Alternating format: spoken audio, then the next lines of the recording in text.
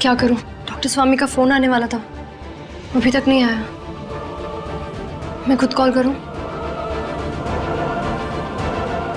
करती हूँ। डॉक्टर स्वामी।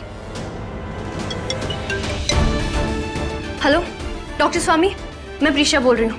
मुझे कबीर के बारे में आपसे बात करनी थी। आप प्लीज कबीर की सारी सच्चाई मेरे हस्बैंड रुद्र को बता देंगे? हाँ हाँ जरूर बता दूंगा। आप प्लीज होल्ड कीजिए, मैं उसके पास जाती हूँ। रुद्र, प्रीशा नाश्ते के लिए नहीं आई। क्या हुआ प्रीशा, तुम भाग क्यों रही हो? सब ठीक तो है? सब ठीक हो जाएगा माँ। रुद्र, सबूत चाहिए था ना तुम्हें? डॉक्टर स्वामी का फोन है, ये तुम्हें सब सच बता देंगे। ठीक है, स्पीकर पे डालो, सबको सुनने दो कि डॉक्टर क्या कह रहे हैं। हेलो डॉक्टर स्वामी, मेरा फोन स्पीकर पे है, रुद्र मेरे सामने है। अब बताइए सारा सच, कबीर के पैरों के बारे में, उसके इलाज के बारे में, सब सच बताइए।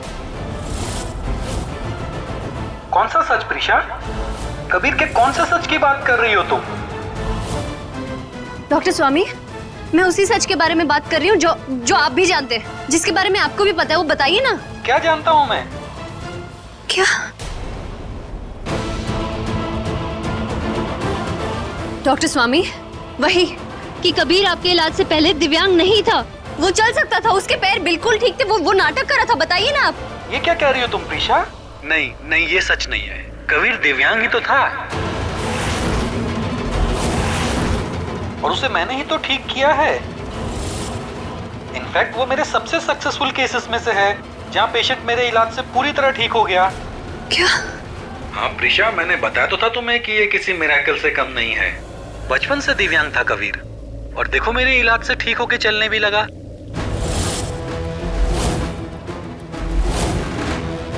डॉक्टर स्वामी, ये आप क्या बोल रहे हैं? आपको कोई गलतफहमी हो रही है। आपको पता ना मैं किसके बारे में बात कर रही हूँ? मैं कबीर के बारे में बात कर रही हूँ। आप प्लीज बताइए ना।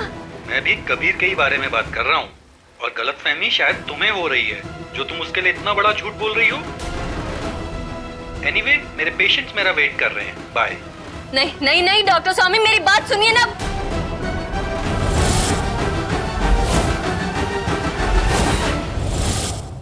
ये क्या हो गया? ये डॉक्टर स्वामी ऐसे झूठ क्यों बोल रहे हैं? उन्होंने तो कहा था कि वो मेरा साथ देंगे।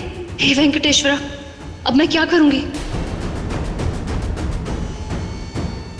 कैसे इन दोनों का सच कैसे साबित करूंगी मैं रुद्र के सामने? हो गया, ये है तुम्हारा सबूत? नहीं नहीं, या और कोई झूठ बोल रहा है तुम्हें, और उस झूठ को सही साबित करने के लिए और सबूत दे?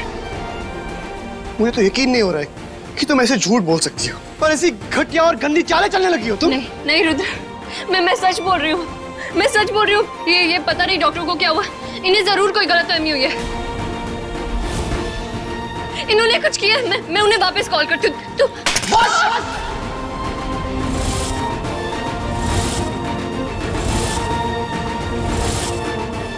एक तो पहले ही इतना बड़ा झूठ बोल चुकी हो तुम, और फिर से इल्जाम लगा रही हो मेरी माँ और मेरे भाई पे। तुम्हें क्या लगता है, हाँ? तुम्हारे जैसे ही है? चाहती क्या हो? मेरा भाई तो घर छोड़ के चला गया, अब मेरी माँ को भी इस घर से निकालना चाहती हो तुम? नहीं रुद्र, चुप चुप।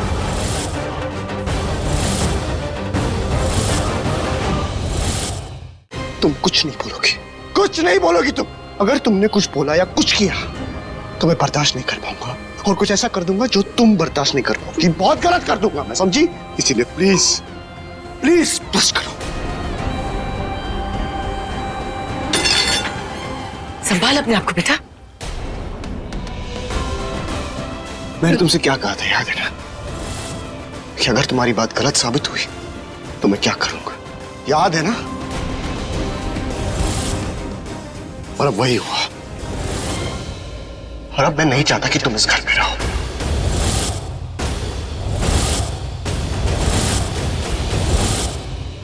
तुम ये घर छोड़ के चले जाओ।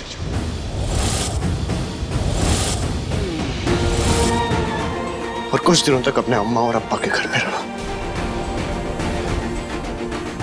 नहीं पीछे, तुम्हें देखूंगा तो मेरा गुस्सा और बढ़ जाएगा, इसीलिए प्लीज प्लीज चली जाओ यहाँ से। Please go, for God sake go. Rudra, गुस्से में क्या अनाप शराब बोल रहा है तू?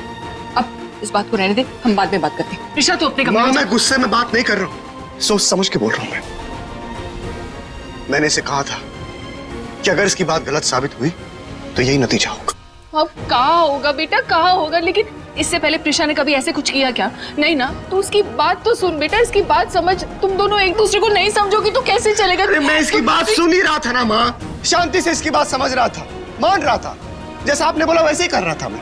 लेकिन इसने क्या किया? एक झूठ को छुपाने के लिए एक और झूठ बोल रही है, और फिर मेरी माँ और मेरे भाई पे फिर से इल्जाम लगा रही है। कितनी बेइज्जती सहूंगा मैं माँ? नहीं माँ, मुझे जो बोला था मैंने बोल दिया, अब कोई बातें नहीं होगी यहाँ पे, बात खत्म। रोज माँ कबीर, बस वही तेरे अपने, ये तेरी अपनी नहीं है। क्यों उसकी बात नहीं सुन रहा है तू? क्यों? शारदा बस। अब क्या तुम भी हमें प्रिशा की तरह जलील करोगे इस घर में? यही बचा था। जब से इस घर में आई हूँ एक ही चीज देख रही हूँ, प्रिशा गलती पर गलती, गलती पर गलती करती है और तुम उसे बचाती जाती हो। मैं इसे बचाती नहीं हूँ, ढाल की तरह इसके साथ खड़ी हूँ, क्योंकि प्रिशा कभी गलत नहीं करती। क्या प्रिशा कभी गलत नहीं करती?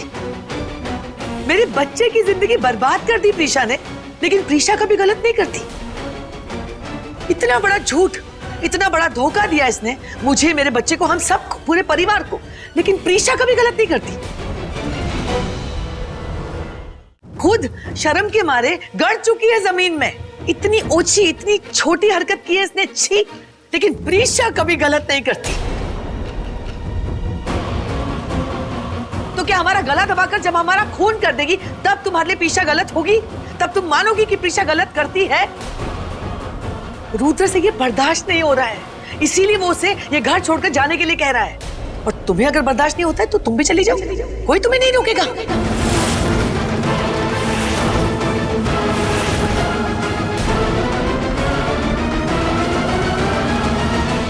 तुम प्रिशा का साथ देना चाहती हो ना? जाओ उसके साथ, उसके घर पर रहो, उसके माँ बाप के साथ, और साथ दो उसका। अपनी हद में रहो सुलोचना, मत भूलना ये मेरा घर है। तुम ये मत भूलो शारदा कि पहले ये मेरा घर है, तुम यहाँ बाद में आई थी। मैं कहीं नहीं जाने वाली और ना ही प्रिशा को कहीं जाने दूंगी। मैं भी देखना चाहूंगी ये कैसे होता है। बस सुलोचना माँ, आपको जो कहना है आप मुझसे कहिए, माँ से रूड होने की जरूरत नहीं है। तुम तो मेरे बात करने के लायक ही नहीं हो, तुमसे मैं क्या बात करूं? सुलोचना तुम मेरी बहू से बात कर रही हो। ये मेरी बहू पहले है, तुमने मेरे बेटे को पाला, इसका मतलब ये नहीं कि ये तुम्हारी बहू हो गई। रहने दीजिए माँ, रहने दीजिए। अगर रुद्र मुझे समझना नहीं चाहता तो कोई फर्क ही नहीं पड़ता, लेकिन रुद्र मुझे समझेगा, ये समझेगा कि हर बार की तरह मैं इस बार भी गलत नहीं हूं, और तब मैं अपना फैसला करूंगी।